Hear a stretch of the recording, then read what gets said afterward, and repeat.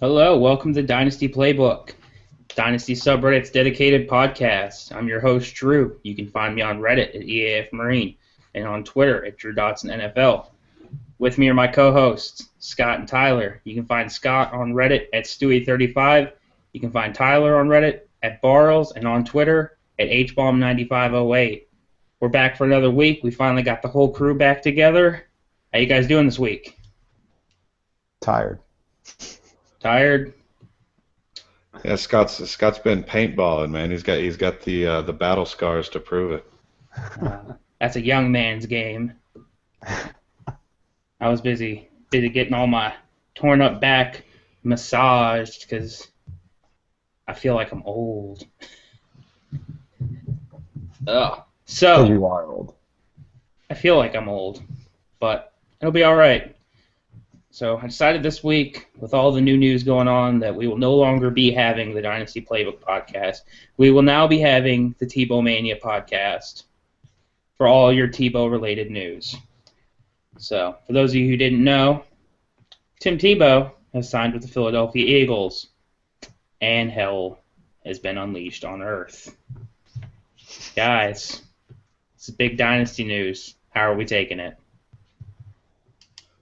It's huge, right? I mean, he's the fourth string quarterback in Philly now, and fifth string quarterback in Philly, and we still don't know what they're going to do in the draft. So, yeah, go get you some Tebow. Don't go get Tebow. Honestly, it's so bad.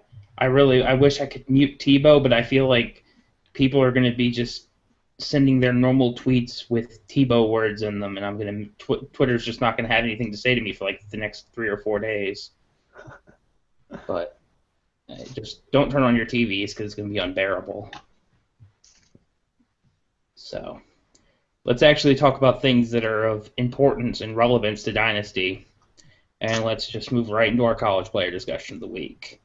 Let's start off with a guy we've talked about some in the past. We're going to touch a little bit more on now, and that's Tevin Coleman, junior running back out of Indiana.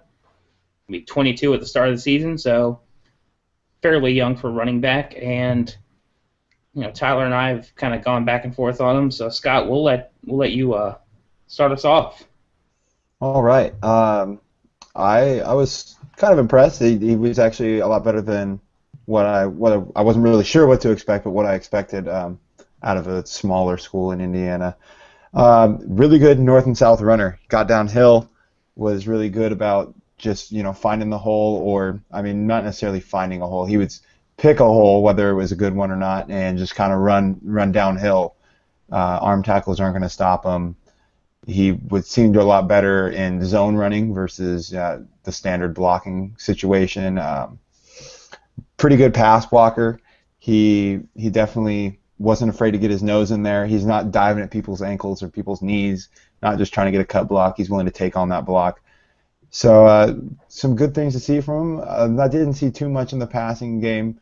Did seem to be willing to catch it with his hands, not trying to catch with his body, so that's good. Overall, I think he was pretty decent. Nothing to jump out of your chair about, but, I'd definitely probably take him late third round. Late for third round, that's pretty low.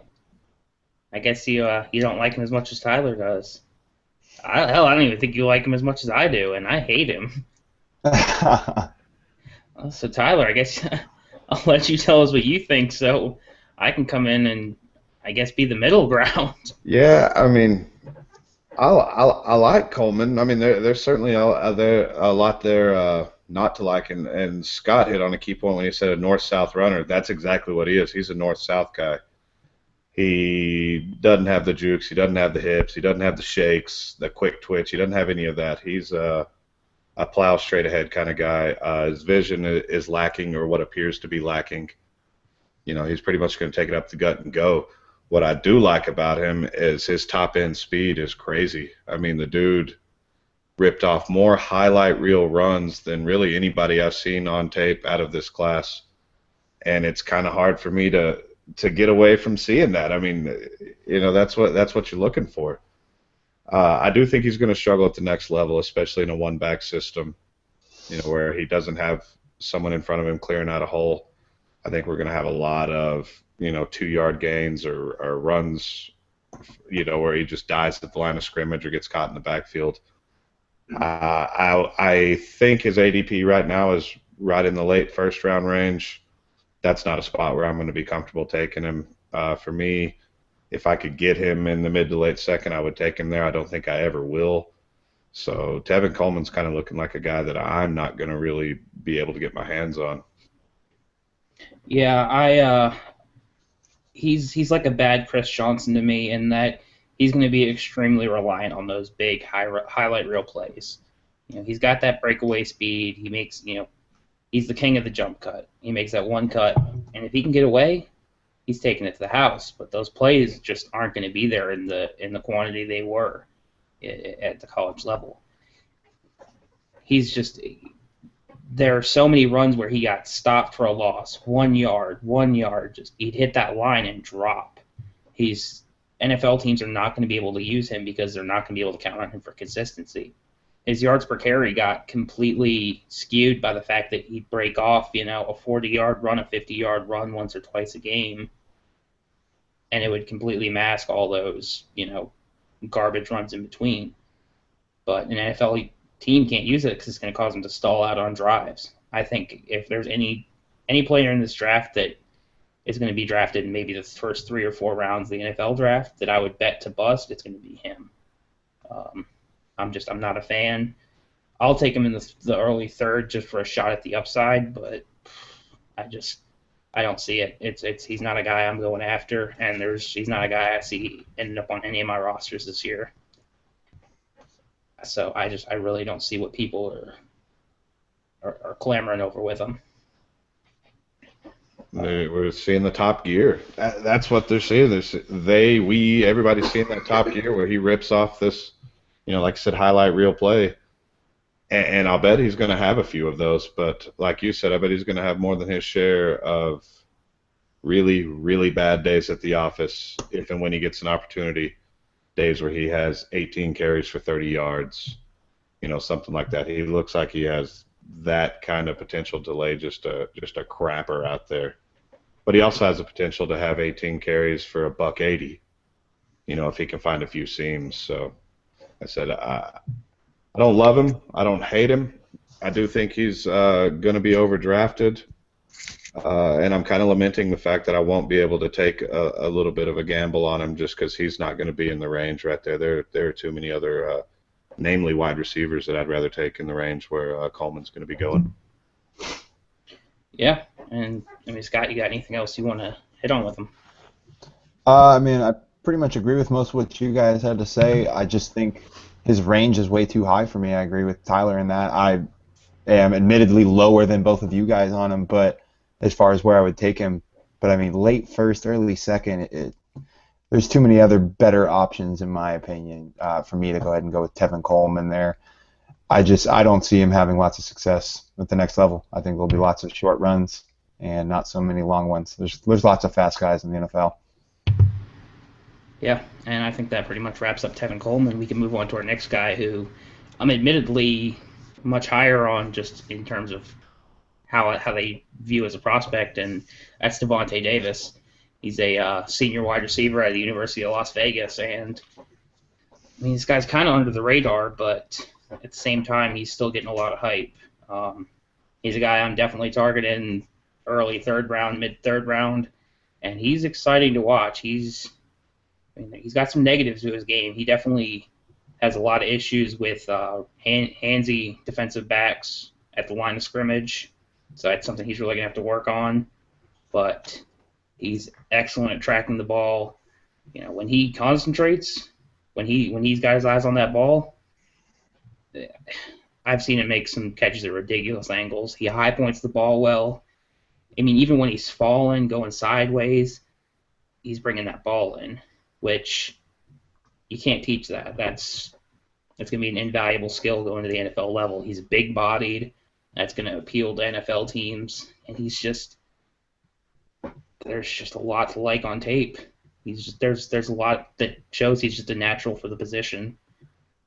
But there is some stuff that he needs to work on. He's got the concentration drops, but at least he can catch. I'd much rather have a receiver have concentration drops than have shitty hands. He's not Sammy Coates. So I know Tyler's going to echo me, so I guess we're going to let Scott break it up first and tell us what he has to say. So I not quite as high as that. I was impressed. He did have some nice plays where he went up and grabbed and went after the ball. But I also saw a couple plays where he seemed to let the defender go up and do that, and he was kind of waiting for it, expecting it to come past that guy. So, I mean, that's something you don't really like to see. The concentration drops are obviously always going to be a negative, but that can be corrected. That's something I'm not super worried about. The press coverage is something that I think a lot of receivers in the NFL struggle with, and that's something I want from my receivers because that's something, I mean, that makes them matchup proof. When you can break off the press coverage, I feel like you're, well, not completely matchup proof, but that helps you get to that matchup proof state. Because, I mean, you've seen it with Denver wide receivers lately playing against Seattle, especially in the Super Bowl 2 years ago. I mean, as soon as teams start to press you, it changes all your timing. So you can be a great receiver when you can just get out there and do it, but as soon as you get a little bit of press, if you can't get off that and still get at least close to your timing, everything's going to be messed up in that play. So, I mean, those couple things bug me. I do think he's still going to have a decent career. He's probably someone, unless he's going, once again, late third round-ish, I'm probably going to stay away. See, that's the most attractive part of a kid like this to me is his price. We're not comparing him to Kevin White or Amari Cooper. We're not even comparing him to Jalen Strong. We're talking a third round, maybe even fourth round prospect, depending on your league. And the things that he struggles with are things that can be fixed. He's a little bit choppy on the release, and you both spoke to his struggles against the press, and that was the biggest thing for me is that he struggles when a cornerback's in his face. He has a tendency to kind of lumber off the line, chop his feet, not get a really good release. But that's stuff that can be fixed. The natural stuff that he has is like Drew said, his ball skills are unreal. I noticed several times where the ball's over the wrong shoulder and he just makes it look effortless. Switching shoulders while moving, falling away, making the grab, putting it away. And getting the first down, and that those are the kind of plays that's natural. Yeah, some of that technique can be taught, but if a guy has a natural ability to just go get it like that, it's a super nice, low risk, high reward kind of draft pick for me, and I'll love this guy in the third round of rookie drafts, especially if we get later into the third round. Yeah, I'm right there with you. It's the high risk, low cost type of moves you want to make. It's better him than taking a guy he's probably a safer chance to hit, but if he does hit, what is he, a wide receiver 4? Like Justin Hardy. Yeah, you just had to go there, didn't you? I got it. 1 year, yeah. Well, I guess, and we can't do it 1 year from today, but 2, maybe 3 years from today, we will revisit Justin Hardy, and once the rubber meets the road, and see who was right. Hell, I mean, 3 years. He's so old, he might be dead by then. It'd be an AARP. That's all right, though. I'm sure I'll be wrong on my fair share of guys, too. Hopefully it's not Jalen Strong or Nelson Aguilar, though. Oh, God. My heart couldn't handle it. I'm already accumulating shares of those guys. Part of it's just I like going against the grain, but another part of it is I really, really like the tape on these two. Yeah. I mean, hell, I just picked up Strong for $22 out of a $400 budget in a best ball startup. I mean, how can you say no at a price like that? Yeah. But I think we'll. So. No idea what Tyler just said. He's freaking out on us a little bit. I'm glad it's not me. Imagine that, old people having problems with technology. Who'd have thunk it? I know, man. Between you and him, I don't even know how you guys are able to run this thing. He got me. It took me about 3 months to get this thing working before y'all got here, and in between Dave and I, and it was just technical problems all the time. But I think with that, we can probably move on to our next topic of discussion, and that'll be our inside linebacker Eric Kendricks, who we can talk about a little bit and let our thoughts out before our linebacker genius rejoins us. And Scott, I'll let you start us off. All right. So I'm a big defensive guy. I love defense, love IDPs. So I tend to look at smaller things, things that I learned when I played football, even though I sucked and we were little kids and whatnot. But I mean, the simple things as a linebacker, you got to have a smart first read. You got to be able to read the lineman. You can't get fooled by misdirections, play action, stuff like that. And a lot of that it seemed like he did have. So I mean, there's a lot of pluses about him. He definitely. I saw a couple different play actions where running back would come out late and he'd be on it right away, or the quarterback would roll out and he made a good timing decision of when to go after the quarterback and when to sit. Um, but the thing that bothered me the most is it seemed like at the start of the game that I watched, he was catching blocks. He wasn't getting a good first step when he was going. It seemed like he would stand there and kind of wait, and then all of a sudden a lineman would be 3 yards down the field right on top of him, and now he's trying to shed it, but it's a little bit late. The guy's already pushing into him. He's not doesn't have that forward momentum to make a play. But as the game went on, that changed, and he seemed to do that more. It seemed like he was actually attacking more. So I'm not sure if that was just the game I saw, or if it was just an issue for him throughout the season, early in games, and he would just get coached up and figure it out. But definitely someone that I liked.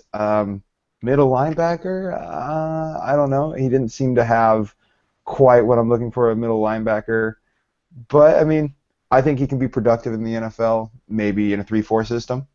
Just being one of the two inside linebackers, I think would be good for him. Yeah, I really liked what I saw from Kendricks. He didn't show any superior athleticism. He wasn't extremely explosive, but he showed that he was smart. He showed an excellent ability to diagnose the play as it was happening, and he had a great eye for where the ball was. And he took great angles getting to it. I think that's going to result in solid numbers of tackles each week. I don't see him getting a whole bunch of sacks or tackles for loss because, like you said, he gets caught up on blocks sometimes. So I don't see him getting behind the line too often. But just in terms of getting consistent tackles, I can see him doing it because his tackling form is about as flawless as you're going to get from a prospect that's expected to go in the second round. I mean, he's a damn solid tackler. And looks like Tyler's rejoined us. I'll let him. He'll speak on and let him wrap us up. All right. So Eric Kendricks, pretty clearly, at least in terms of fantasy, is best in show amongst the non-edge linebackers in this class. I love his coverage skills. Really, really like the way he gets in the zone. Has great field awareness, good peripheral vision, and he's not bad in man coverage. So that's one thing that I'm really going to look at because you have to have a linebacker that's going to be on the field all 3 downs. If you have a 2-down linebacker, and he's in your starting lineup with any consistency, you're just leaving too many points out there. He's pretty good at stacking and shedding. I mean, he does absorb blocks some. But for the most part, when he engages a defender, or the defender, excuse me, when he engages the blocker aggressively, he's going to get rid of him pretty quickly. I don't love him as a fantasy linebacker. I'm probably not going to be able to get many shares of him. It's really similar to Tevin Coleman. Usually LB1 is going to be going off the board somewhere in the second round, and I've seen him go as high as the late first. I'm not going to be really comfy taking him there. The linebacker's just way too deep. for me to spend that kind of rookie draft capital on a linebacker. But no, I like Kendricks. He doesn't have a whole lot of holes. He doesn't do anything super spectacular, but he doesn't have a lot of flaws. So, nice, solid linebacking prospect. He's going to be in the league for a long, long time. Yeah, I agree. This is going to be a pretty consistent LB2 for you on a week-to-week basis, but I don't see him reaching into the LB1 tier. But I mean, that right there is why I'm not going to be spending a second-round pick on him. I'd rather go after a wide receiver or maybe a running back who's got some higher upside, or hell, I'd rather trade a second for a Keenan Robinson or someone like that who's got the chance of being an LB1 on a week-to-week basis. But if you can get him in the third, I'd do it. I'd take him because I like him enough that he's if your linebacking core isn't stacked, he could be a week-to-week starter for you pretty easily. You guys got anything else we wanna touch on with Kendricks, or can we move on? I'm good. Let's move on to our featured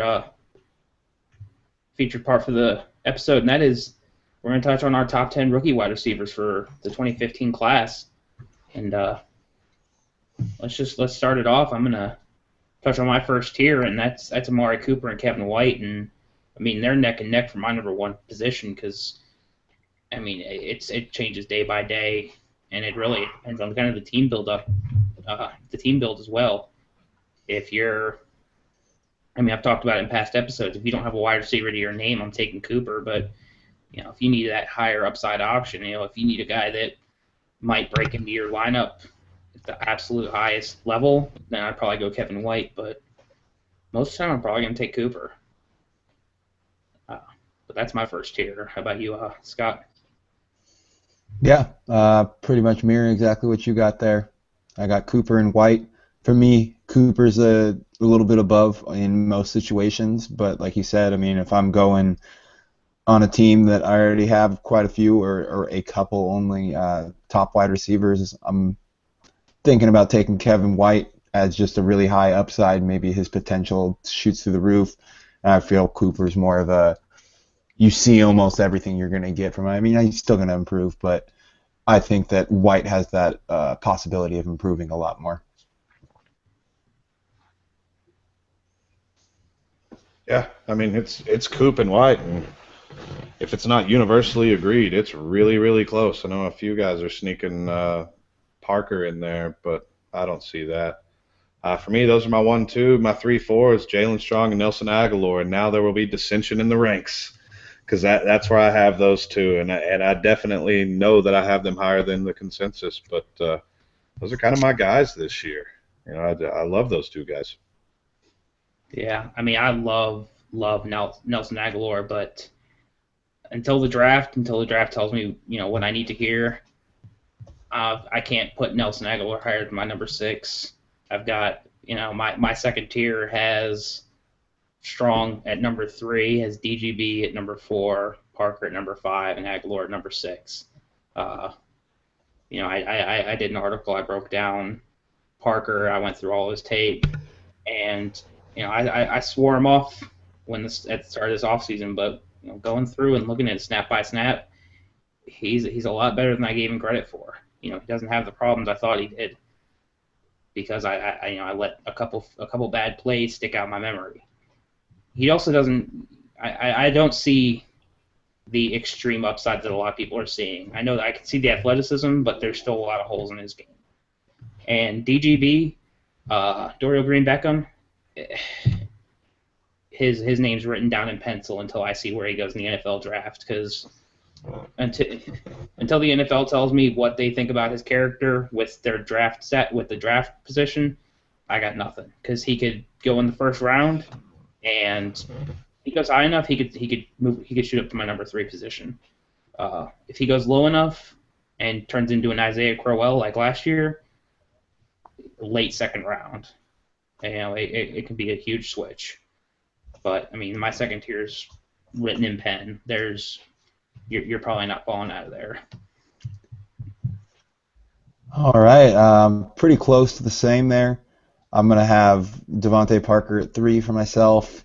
then Jalen Strong.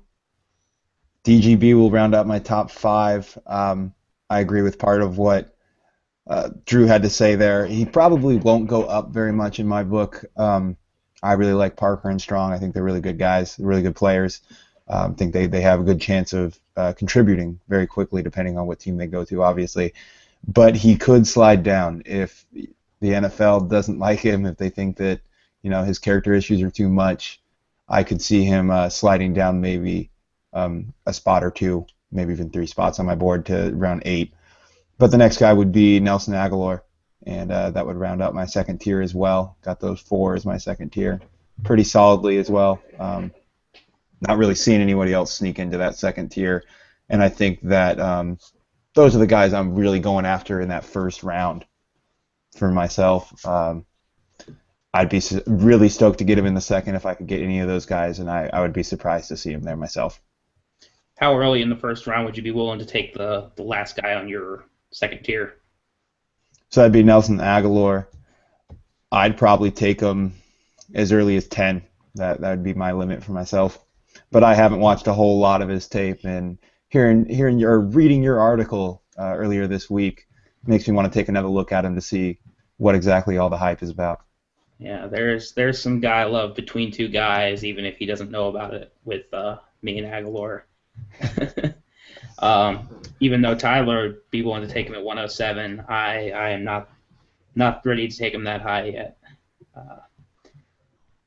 He would be about 108, 109 for me, and Tyler's just all in, and I love it.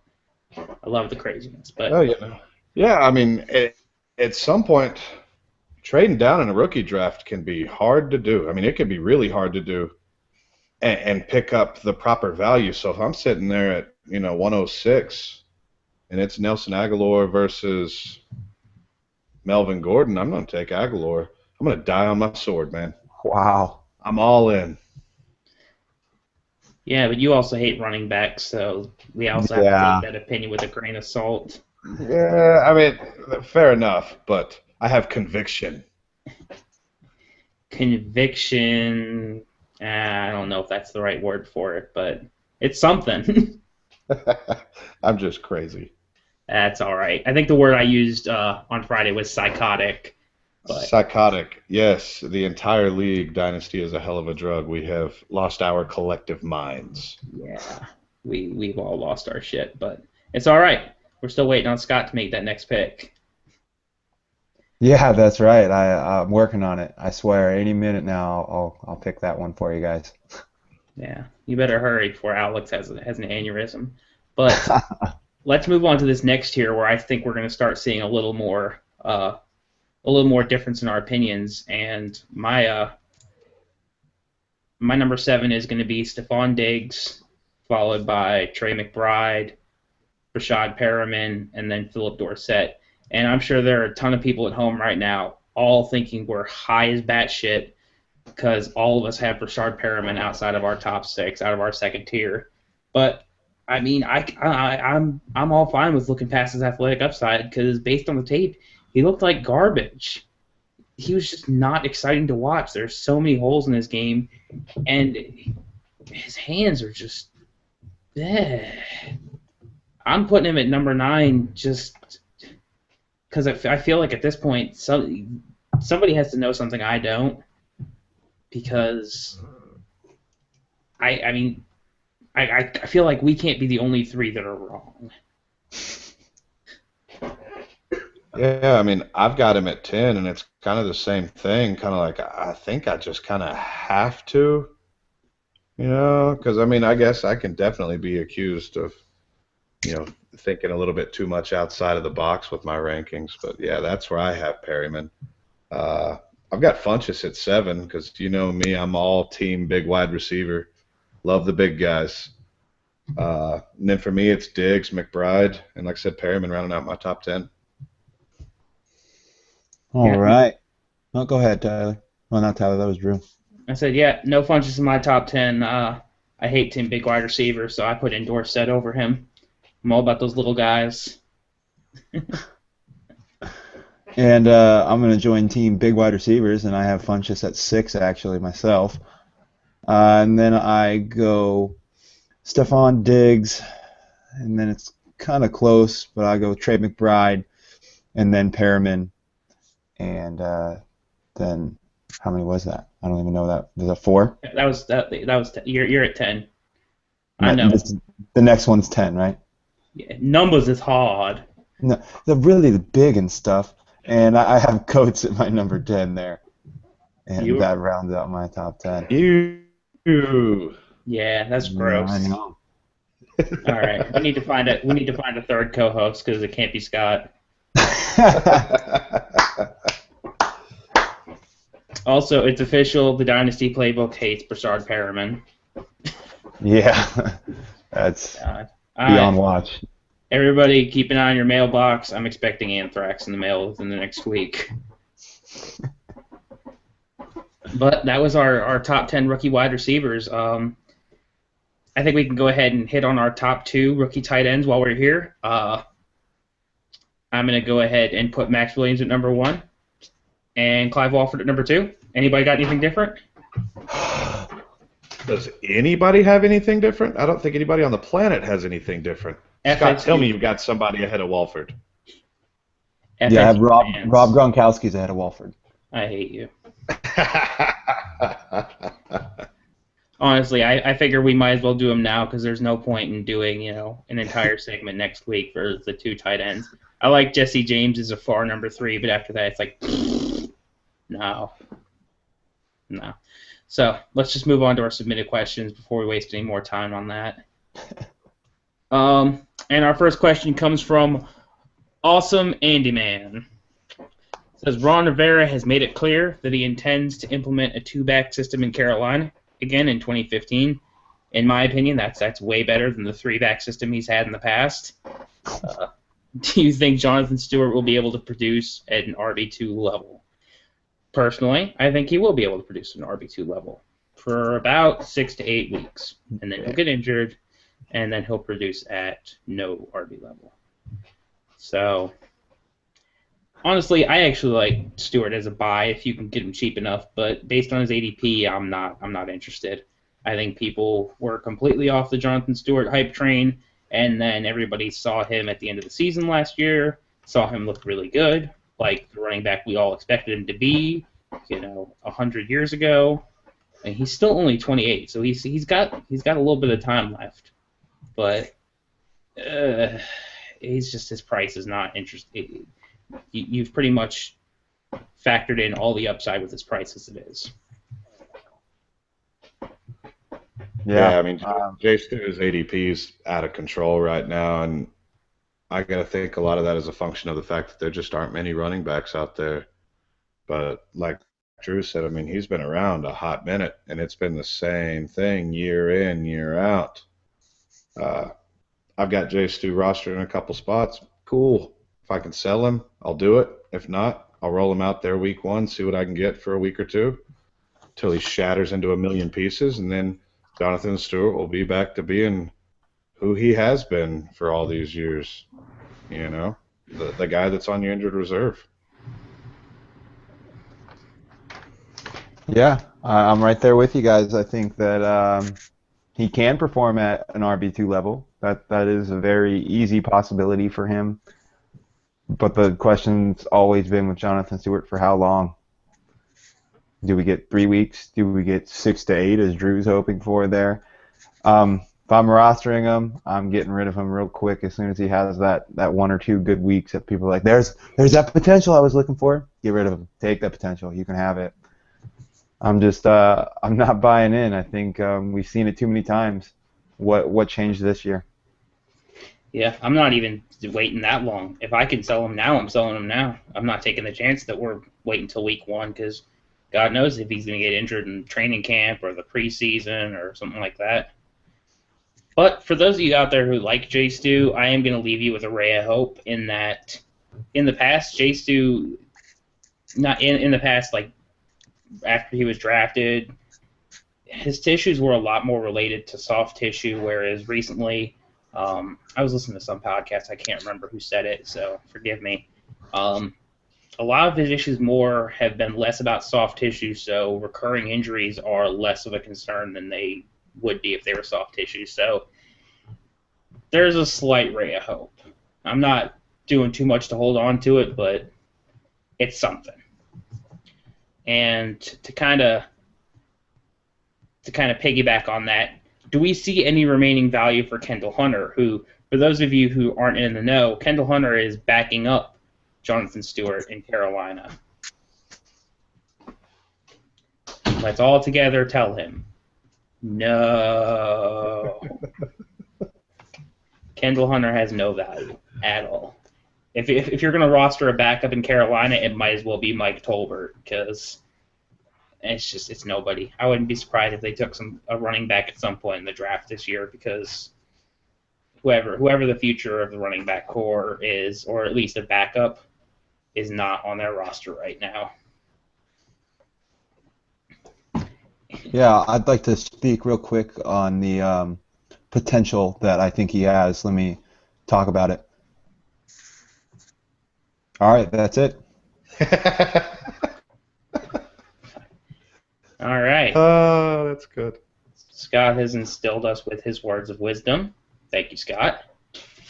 And let's move on to our weekly difficult question from username 02.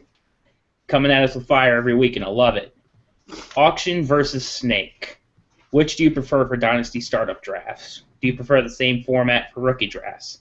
Now, I feel like we've done a fair amount of both. Which do you guys prefer? Auction or snake? What's the way to go? Man, that's a tough question. I like both of them a lot, and for completely different reasons. Auction's good because you can get your guy no matter what. If you want him that bad, you can have him. Doesn't matter. You can go get him. Go after him. Have fun. Spend all your money at the beginning. Spend all your money at the end. It doesn't matter. If you want somebody, you just wait for him to show up. You probably want to keep passing until someone else plays him up. But as soon as he shows up, you spend whatever it takes and you go get him.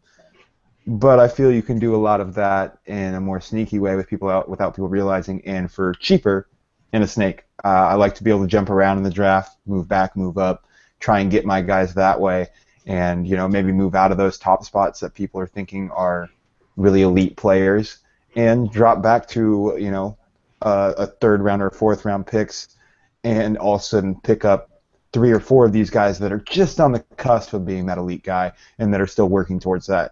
So Michael Floyd types in the past years, although we're kind of losing hope in that. And that's why it's hard for me to choose. I guess if I was put a gun to my head, got to choose one, I'd go with auction, because it's really exciting and you're always doing something. There's no downtime for any one player really. But I think they both are really fun. Yeah, speaking of no downtime for auction, the biggest downside for auction is it consumes your life. You're going to find yourself at 4 a.m., bleary-eyed, looking at your phone, waking up in the middle of the night, because you don't want an auction to run out on you in the middle of the night, and your wife's giving you dirty looks as you lay in bed staring at your phone.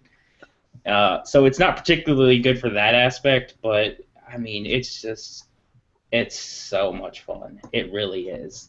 It's, like Scott said, it's a great way to get your guys. It's a great way to build your team the way you want to build your team. And it's such a more interesting format to do it. Whereas Snake has its advantages too. There's a lot more ability to trade and kind of move around the board and set up your team for how you want it to look for now or for the future, but in a different way, and in a way I can't quite verbalize. So there are advantages to both, but like Scott said, gun to my head, I'm gonna take auction.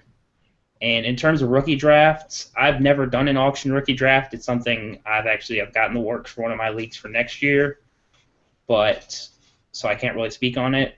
If it's as fun as auction is for startups, I'd probably like it more too. Yeah, y'all talk about gun to your head. That's what an auction is like for me. Like I literally have a gun to my head for 2 or 3 weeks, however long it lasts. I'm taking snake all day just because I got enough stress in my life from 7 to 6 when I'm at work. I like to just pop in my pick and move on. If I want to trade up, I trade up. If I want to trade down, I trade down. Nice and easy. No suicidal thoughts. No near divorces in the middle of the night when I'm on my computer. So give me the snake all day. But what's more fun? The auction is more fun. I will give it that. It's more fun, but it also takes years off the back end of your life.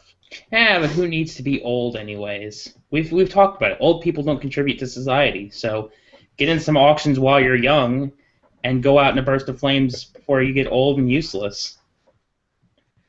Yeah, but that feeling when you're literally a minute away from closing auction on a guy and you're getting a sweet price, and then he gets up bid and it's back in the pile. It's gut wrenching. I mean, it's absolutely disgusting. Or you get in the bidding war for Mike Evans with like Alex and I did, and I finally have to bow out, and I want Mike Evans. You know, it's just such a disheartening experience at some level. But you're right, it is fun, but it's a different kind of fun. It's like a sadistic pleasure, I guess, so to speak. It so is, but it scratches that draft itch like a snake draft just can't. And if you've got the addiction like we do, you gotta. You need to see professional help. That's what you need, because we got it bad. There aren't professionals for what I have. But I think that's the first time we've ever been able to fully answer one of username 02's questions. I feel like I'm gonna get a cookie after this. I feel like I've earned it.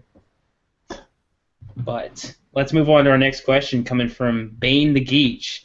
He says 2 questions. First question says, if you were a hot dog and you were hungry, would you eat yourself? I know I would. All right, Scott. What would you do if you were a hot dog? I'd probably get eaten if I was a hot dog. I don't know. You're alone on an island. No other hot dog people to eat you. I mean, how hungry am I? Is there no other like buns just laying around from other hot dogs that ate themselves? If it came to it, yeah. I mean, I'd probably be pretty tasty. I like hot dogs. I have to say the same thing. I mean, first I'd eat like my hot dog toes and my hot dog nipples, and I'd eat non-essential hot dog parts.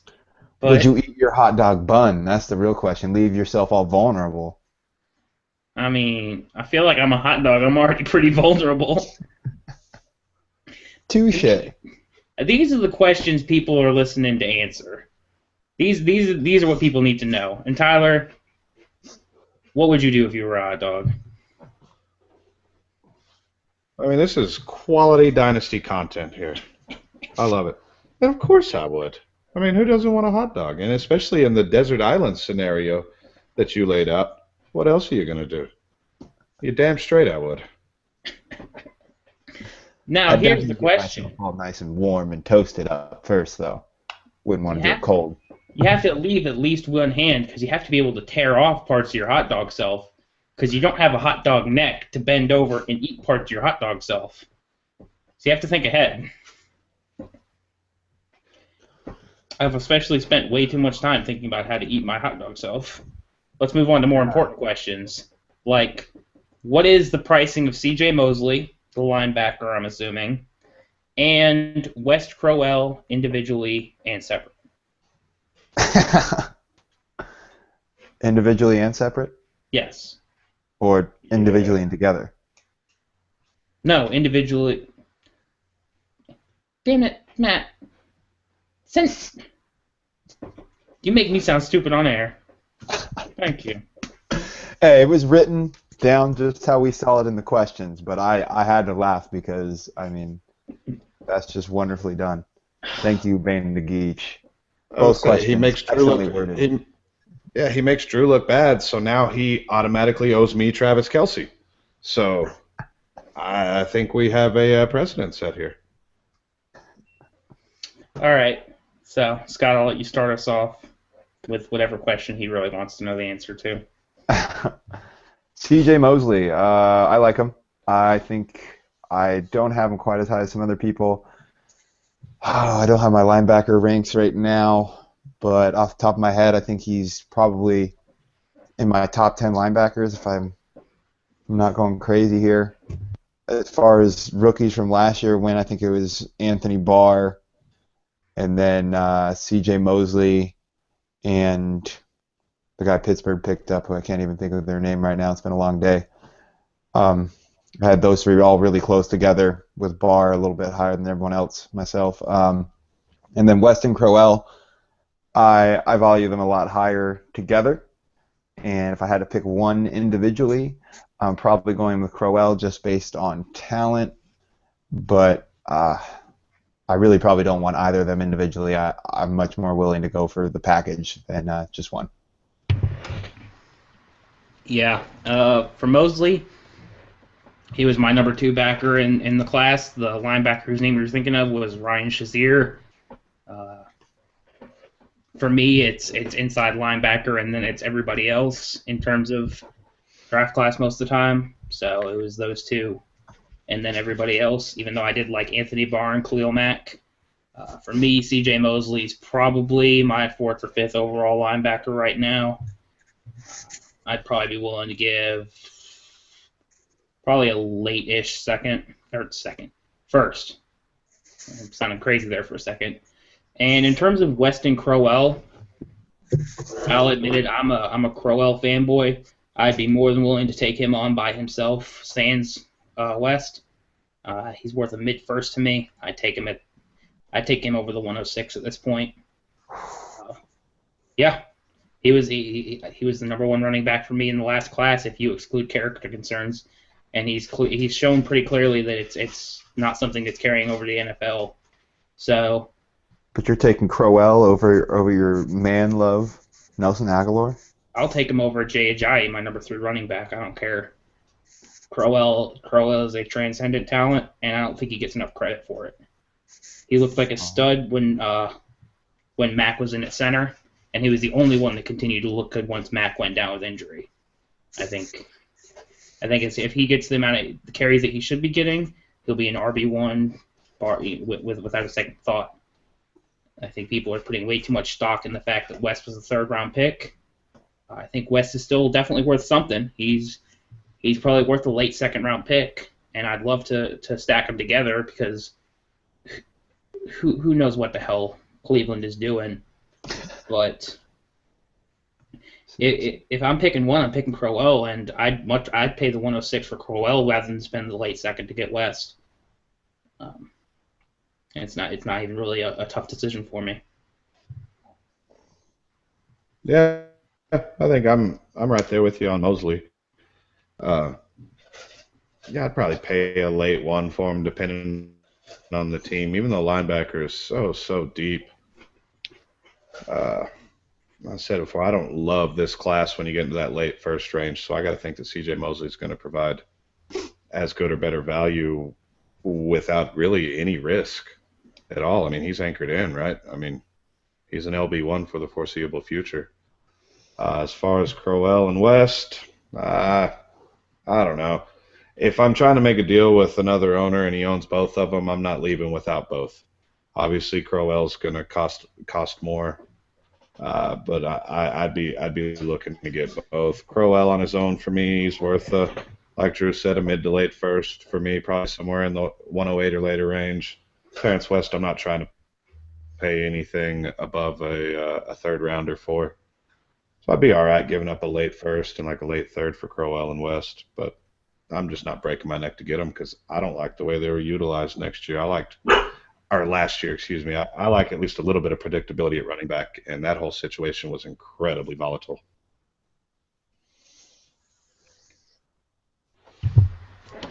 All right, I think that wraps up that question pretty well.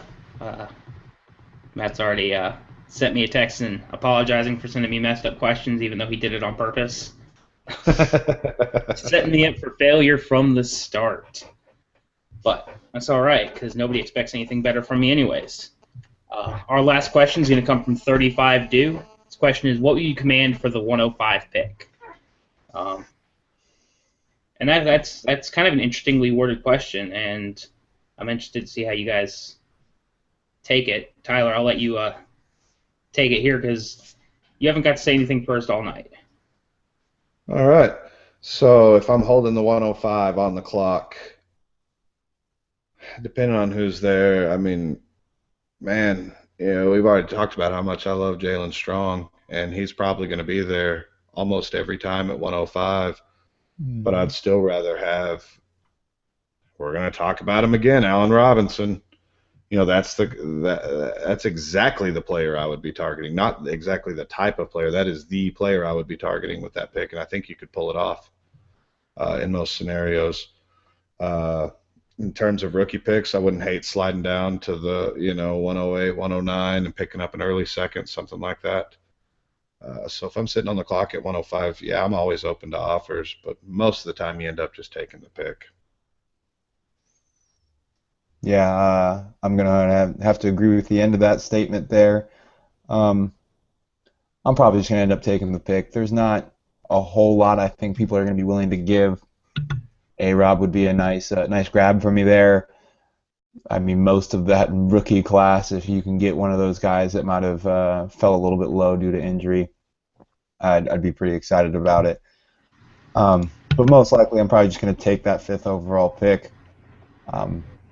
I think that it's in that dead range is how I feel about it. It's not really early where you're getting that top elite guy in this draft with the way the draft classes look, but it's also not far back to where it seems like it's almost not worth much at all. So, I mean, because of that, I end up taking the guy I think has the highest upside out of my, my second tier, whether it be wide receiver or running back, probably wide receiver for myself. But it'd just be hard to trade it. I just don't see any reason or any good trade that I think would actually go through that I can make there. Yeah, I'm right there with Tyler. It's if I'm trading the 105, I got to be going for somebody young who I like their upside, because there's guys I'm going to be getting at 105 that their upside's going to be too appealing to me. Some guys will give me Allen Robinson for 105, and I mean I say the same name. If I can get Devontae Adams for 105, that might be something I'm taking. My Beagle seems to agree. But it's so hard to just say, in a vacuum, what would the 105, what would you want for the 105? In terms of running back, I'd want somebody like, I don't know, Carlos Hyde. I'd want somebody, worth something. And I think that's going to wrap up our questions for this week, and it's going to lead us to our well, not ours, but my rant of the week. And this is going to be heavily influenced by the 2 QB mocks that I've been running. I've got 6 going so far. They started about 2 weeks ago. We've got 1 finished. And 2 have almost stalled completely at different points. Because some people like to sign up for mock drafts and then just stop participating in mock drafts. Just leave. They just go away. Why? If you're going to sign up, do them. I mean, and if you're going to stop doing them, tell me, so I don't have to wait for you to time out once, twice, 3 times a lady so I can figure out if I have to replace you or not. It's a pain in my ass. It's a pain in everybody else's asses participating. I have to wait on you. Even if it's an 8-hour clock. If it pauses in the middle of the night, we're talking about maybe a full day waiting to replace you. And then I have to call Tyler and say, hey, I need you to do another mock. Tyler has 100 mocks going on in his life right now. He's literally losing his mind. He has no idea what he's doing anymore, and he's in all the mocks. They're all auction. Oh, God. If they were Dynasty all is hell. he wouldn't be. He would have blown his brains out already. If you're going to sign up to do a mock draft, do the damn mock draft. I ranted about this like 4 months ago, and it still pisses me off. It's not that hard. It's not. Set your emails, set your text messages, and it says, "Hey, it's your turn," and then you go, "Okay, I want that guy," and then you close it and you go away. This is not that hard. And pre-draft is your friend. Pre-draft the damn picks. Come on. And for all of you guys who have, for the most part, made your picks on time, if you miss a pick, I don't give a shit. But, for the most part, you guys are making your picks on time. It's, your 1 and 2 buttholes that are just, I have to replace you. Quit it. Quit being buttholes. Exactly. I feel like that should just be my rant every week. Don't be a butthole. Because that's what most of mine boil down to is, for some reason or another, one person was being a butthole. Send them this. Don't be a butthole. Oh, that's a toilet. I was wondering what the hell you were showing me. That's fantastic. Why do you have a toilet trophy? It was the loser of our league last year. Yeah, he got last. He didn't want it, though. He's a little bit of a soy loser. So I had to hold on to it there for him. Oh, so don't let him lie to you. That's actually his loser trophy, and you're taking Dynasty advice from a loser. Brian. Well, we don't even know your last name, Scott. For all we know, your name's actually Brian. I'm playing you all for a fool. He's been running the long con. Damn it. I screwed myself up. I'm going to have to post this on my Facebook and tag my buddy Brian now, though. Good. I'd tweet her about it if I had one of those, but I don't. Oh, well, it's because you hate people and you're antisocial. All right, well, that's about it for the week, guys. You guys have any last parting shots for us? Don't be a butthole. That's a pretty solid parting shot. That pretty much wraps it up. All right. That pretty much wraps it up, yeah. All right, guys. Well, this week, coming out in the next couple of days, is going to be Tyler's first IDP article for Under the Helmet. Keep an eye out for that. It's exciting. Scott doesn't have any articles coming out, but keep an eye out for him next week. He's doing big things, mostly showing up for the show on time. Not on time, just close to on time, though. That's close enough. That's all right. But if you like what we do, if you're a fan of the show, give us a rate on iTunes. Recommend us to people. We're trying to get our name out there. Even if you just want to let us know, hey, we suck. Let us know why we suck so we can get better, because we're sure there's a lot of room for us to get better. But any feedback is good feedback. We definitely suck. Yeah, and also make sure to check out FF Couch Coach, ffcouchcoach.com. Our boy Tim is now writing for the site as well, so that's pretty awesome, man. We're stretching our wings. That's right. I'm pretty excited for Tim. I remember when I happened to bond him in just one random league, and he's kind of just expanded into all our leagues. Tim's a good dude. Check him out. He's got articles coming out there too.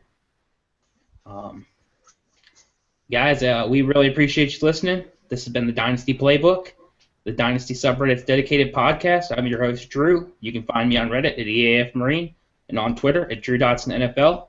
With me have been my co-hosts, Scott and Tyler. You can find Scott on Reddit at Stewie35, Tyler on Reddit at Barles, and on Twitter at HBomb9508.